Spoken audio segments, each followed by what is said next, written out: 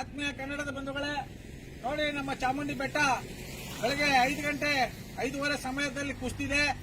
ಇದು ಬಂಡ ಅಧಿಕಾರಿಗಳಿಗೆ, ಅಣಬಾಕ ರಾಜಕಾರಣಿಗಳಿಗೆ, ಏಡಿ ರಾಜಕಾರಣಿಗಳಿಗೆ, ಅವಿವೇಕಿ ರಾಜಕಾರಣಿಗಳಿಗೆ, ಏಡಿ ಇಂಜಿನಿಯರ್ಗಳಿಗೆ ಮುನ್ಸೂಚನೆ. ಇದು ಚಾಮುಂಡಿ ಬೆಟ್ಟ ಉಳಿಸಬೇಕು ಅಂದ್ರೆ ನಿಮ್ಮ ಜನ್ಮದ ಬೆಂಕಿ ಹಾಕವ್ರೆ.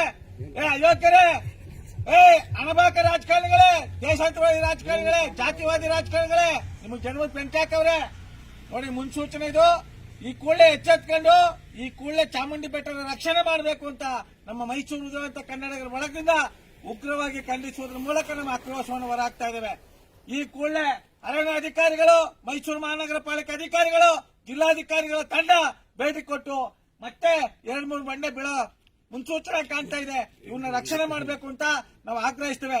ಜೈ ಕನ್ನಡಾಂಬೆಗೆ, ಜೈ ಕನ್ನಡ ಮಾತೆಗೆ, ಜಗನ್ಮಾತೆ ಚಾಮುಂಡೇಶ್ವರಿಗೆ, ನಾಲ್ವಡಿ ಕೃಷ್ಣರಾಜ ಒಡೆಯರ್ಗೆ, ಭ್ರಷ್ಟ ಅಧಿಕಾರಿಗಳಿಗೆ ನಮಸ್ಕಾರ.